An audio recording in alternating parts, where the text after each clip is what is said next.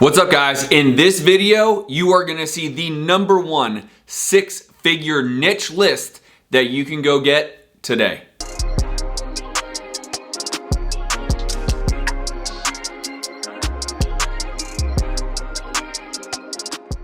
All right, so I get questions all the time about what list should I be marketing to. Now, let me take a step back and give you some perspective. You have the owner-occupied list, you have the absentee list, you have your vacant list, you have your high equity list, you have your lien list, you have your pre-foreclosure list, you have a vacant list, inherited list, probate list, etc. And I'll tell you guys right now, it can be overwhelming, and I completely understand that. But the #1 answer for what list you should be targeting should come down to, what are you trying to do with the list? Because if you get very fragmented and filtered in your list, the list is gonna be really small, and likely you're not gonna have a lot of opportunity to scale your business. If you want bigger, better deals, probably a much refined niche list is gonna find those big, deeper discounts. Now, regardless what niche list or mass list you use, it ultimately comes down to how you're marketing to them. Now, I promise you this, we're gonna get to the list as I promised you, which is a massive six-figure list. But what I wanna make sure that you are treating these lists correctly. If you are marketing, you wanna make sure that you are marketing consistently. I've heard time and time again, this list doesn't work for me, or I blew through this list, or I got no deals using this list. And over again, I find that people are blaming the list for what deals they do or don't get. And I'm always gonna make the opinion that if you market to a list consistently, you are gonna find your deals, regardless of how big or how small and niche those lists actually are. So, I have what I call the masses of asses list that I've been using now for the better part of 13 years. It is the big list. Quite literally, I have over 1 million people on this list as I am shooting this training. Is that list for everybody? Absolutely not. Is that list for a big marketing spend? Absolutely. Now, can that list provide big fat deals? Yes. I'm also going up against every other real estate investor here in the market, because this is, just simply said, the masses of asses list.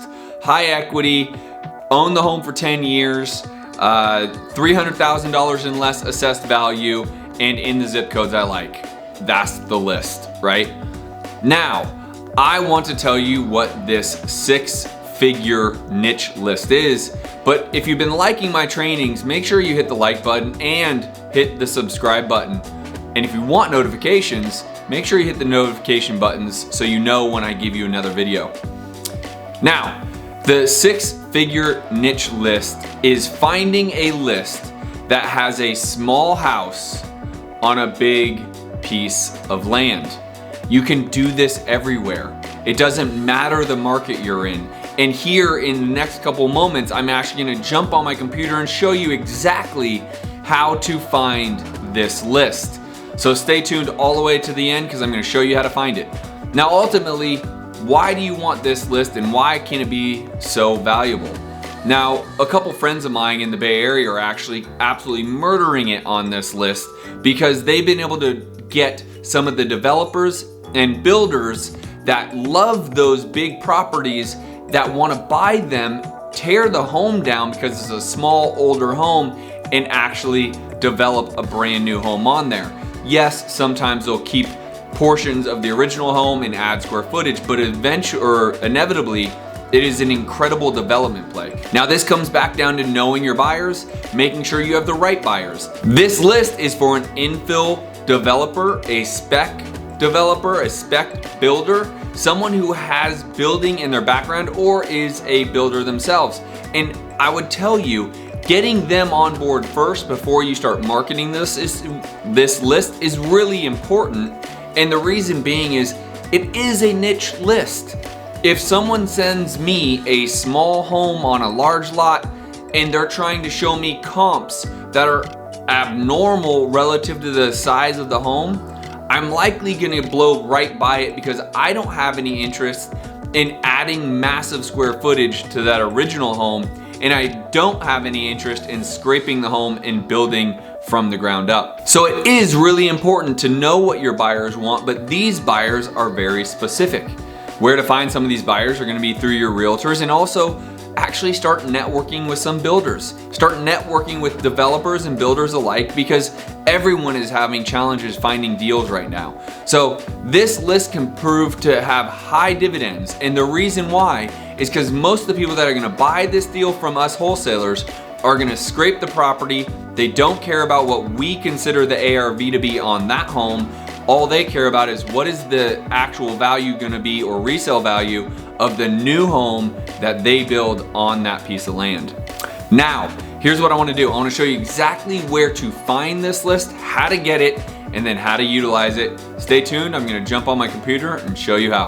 All right, guys, as I mentioned, I am right here in PropStream. Again, the links are below. Now, as I am telling you, this is a great list to go work. I will tell you this, you want to work it with direct mail, you want to work it with text message, you want to work it with cold calling.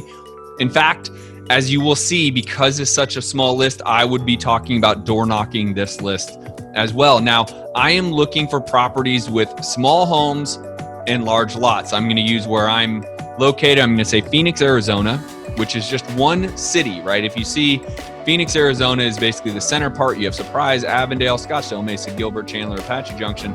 So there's all these other cities. I'm just going to choose one. Now, if I look at high equity, there's 270,000 high equity properties here. That's a lot. So we need to refine that. So I am going to look at the high equity list first, and then I'm going to start to filter in some of this. So I have a high equity list. Do I care if it's owner occupied or absentee? I don't care. So I want any. Now we simply go to the property characteristics. There we go.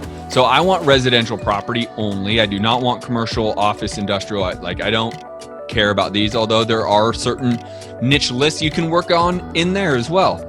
So I am going to go residential. I really just want single family homes on these lots, because the secret is I'm finding a small home on a large lot. So I've already whittled this down to 182,000, right? High equity, residential, and I didn't whittle anything down. It went from 170 to 182. I don't know how that happened. Anyways, the building size, here's the secret sauce. So I'm going to go with like really small. I'm going to go 500, and then I'm going to go at max. I want to go max, like let's call it 1,000 square feet. I just whittled this down to 12,000. I went from 182 to 12,000 right over here, right? Now this list alone could be pretty valuable, but the key will be your lot size, okay? The key is the lot size. I want a larger lot. A 1 acre lot is just under 44,000 square feet, right? So, you know, like I've mentioned, here in Phoenix, Arizona, there's not a lot of those, especially in the middle of Phoenix. It would be more of an infill. So I'm going to go with, let's just start with 35,000, and I'll go up to 45,000. There is 66 properties out of all of those I've started with. The original was 270, then it got whittled down to 182. I've whittled this all the way down to 66 properties. Now again, I'm only focusing on Phoenix, but I have now whittled this down to 66 properties. As you see here, the home is 800 square feet, the lot is 36. This one is 720 square feet, the lot is 42, right? 580 square feet, the lot is 39. These are ideal. Here's the properties. There's not a lot of pictures. I don't care. Well, this looks like a mobile home, but I'm guessing this is just a lot of land at this point. So I am going to pull this list. I'm going to bring it over to batch skip tracing. You can use the code TSOF. That stands for the science of flipping, TSOF, to get a discount. I will pull that list. I will skip trace it through TSO or through batch skip tracing. I will call them. I will text them. I will send them mail. I am then also going to potentially door knock, because again, I have really focused this into an area that would not be hard for me to drive.